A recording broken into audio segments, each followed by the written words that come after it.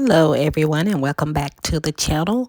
Whether you've had this issue or not with your edges being lost, or you know someone else who's had this issue about their edges being damaged or lost, this video is going to be addressing that.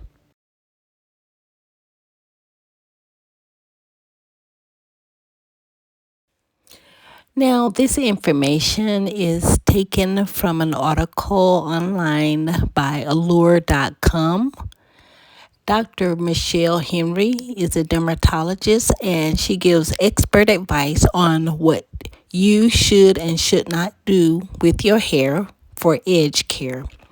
Additionally, great tips for edge and hair care are given by Sophia Emmanuel and Mahisha Dellinger. Now, there are 5 things to consider about hair loss, and they are: know what type of hair loss you're dealing with, leave fads alone, reconsider your reliance on protective styles, and don't believe the hype, as well as know the signs of something more serious than breakage. Take a look at these pictures provided and see if you see yourself in them or a family member or friend. Because we all, I think, know either we've gone through it ourselves where our hairstyle was so tight that it itches around the edges, or you've seen someone patting their head or trying to loosen up the tight braid. So just pay attention to the style that you get to see if it's uncomfortable, then it more than likely might be damaging your hair follicles. So if you're getting those weaves, hair relaxers, high ponytails and braids, and they're making you very uncomfortable, just reconsider. I am also including in the description area the information to an article about the link between breast cancer and hair relaxers that have lye in them. Some people do their own hair relaxers at home, and some people get them professionally done. But the article basically states that repetitive use of them that have the lye in them can be a cause of certain breast cancers.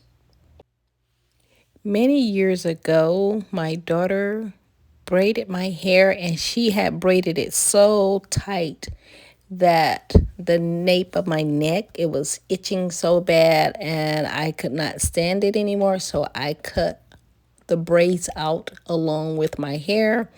And that is the year that I started wearing the short Holly Berry Anita Baker hairstyle, because I just couldn't stand it. So my hair or my scalp could not take those tight braids, and no one should.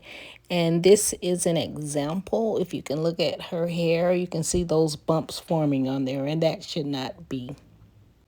I've also included a picture of the braids that are a little larger than the young lady that had the little bumps on her neck. So if you do them a little larger, it might be better, but you just have to remember that you don't want the tension or the traction on your scalp, because that's called traction alopecia, or that can lead to traction alopecia. So if you think of the hair being pulled too tight, such as those high ponytails as well, and slicking it back with all that gel to pull the hair back, you're more than likely going to damage your edges. I think too, some people do not realize that their edges are damaged because it's probably done gradually and gradually. So they're seeing themselves every day and they don't notice that their hairline is receding due to the traction that's being put on their hair. So the article really did give information on leaving the fads alone, just like the Vicks Vapor Rub and the Monostat 7 trends that they say were sweeping the YouTube and Instagram. The dermatologist recommended leaving those fads alone. And she said that minoxidil and Propecia are the only FDA approved ingredients for hair growth. Rather than put all that traction on their scalp, some women are trading that in to get the braids that are already, it's like a weave. But also you have to be careful with the glue and things that is included on applying that. And also, you see some people, they have their edges when they have the weave on, and it's like a net type of weave where they have the edges and they slick them down, just like in this young lady's picture. But the best thing for me that I found is I leave my hair out if I get the protective style like the latch hook or something. I leave all of my edges out, and you'll see on the pictures, because when I do that, it doesn't, I know I'm not going to be having that pull on my hair. And then I braid my own hair because I understand the tension or the traction when I'm doing it, or I can feel it, because when my daughter had braided my hair that time years ago, it taught me a very valuable lesson. And I don't like pain as well. I make my own hair products and skin products because it's just, I know what the ingredients are in it, and I've tested it and seen what works on my hair, my scalp, and my skin. And I kind of like the results. So what you see here is the massage oil that only has or can be made with two ingredients. The scalp oil, I think I have about 7 ingredients in that. And then the hair conditioner, which goes on top of my hair, it's like 11 ingredients. And the skin also has about 11 or 12 different organic ingredients in them.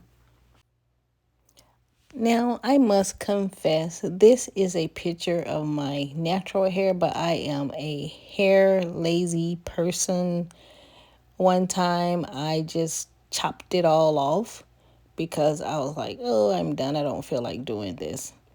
And my husband was like, did you just cut all your hair off? It was like, yeah. So this is with my products on my hair, and as you can see, my edges are there. Even though I have a big head, I've always had a big head since I was a kid, but my edges are still intact because, as I told you guys, I leave those out. I do not pull them in and have that traction on there. So like, share, and subscribe, and leave a comment if you like this video, if you don't like it, or leave a comment. And if you like to see other videos, let me know. Thank you.